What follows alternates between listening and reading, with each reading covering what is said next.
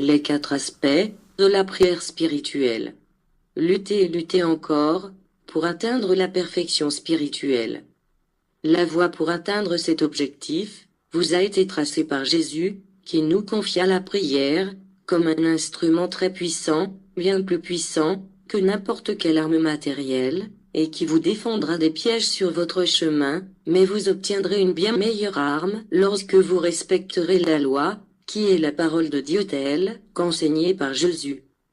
En quoi consiste la prière? La prière est pétition, intercession, adoration et contemplation.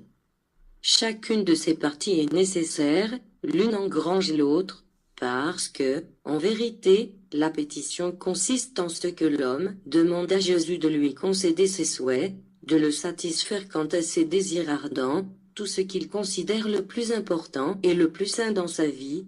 Et, en vérité, le Père écoute la pétition de ses enfants, et accorde à chacun ce dont il a le plus besoin, et toujours pour le bien de ses enfants.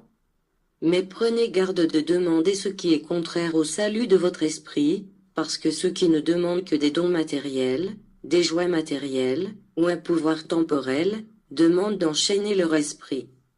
Les plaisirs matériels, malsains, n'apportent que de la souffrance, pas seulement dans ce monde, mais aussi après la transition au monde spirituel, parce que l'influence des désirs matériels peut arriver jusque-là, et, ne pouvant se libérer d'eux, ils restent tourmentés par des désirs ardents et souhaitent retourner 1001 fois sur la terre pour se réincarner et continuer à vivre, matériellement.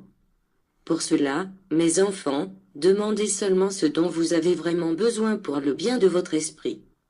La seconde forme de la prière, qui est l'intercession, jaillit de l'amour du prochain, de l'amour que Jésus nous enseigna comme maître lorsqu'il vint en ce monde. Priez pour vos frères proches et éloignés, ceux qui, dans les nations, souffrent les conséquences de la guerre, ceux qui subissent la tyrannie des gouvernements temporels de ce monde. Bien-aimés, préparez-vous. Priez pour vos frères.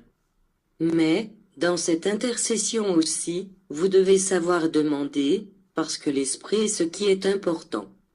Si vous avez un frère, des parents ou des enfants malades, priez pour eux, mais n'insistez pas pour qu'ils restent dans cette vie, ce n'est pas ce dont l'esprit a le plus besoin.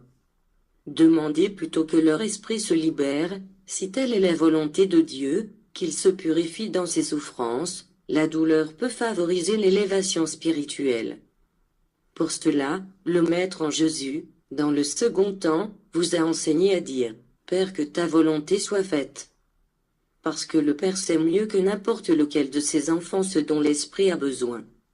La troisième forme de la prière, qui est l'adoration de l'Esprit, signifie l'adoration de tout ce qui est parfait, parce qu'au travers de cette forme de prière, vous vous unissez à la perfection, à l'amour qui embrasse tout l'univers.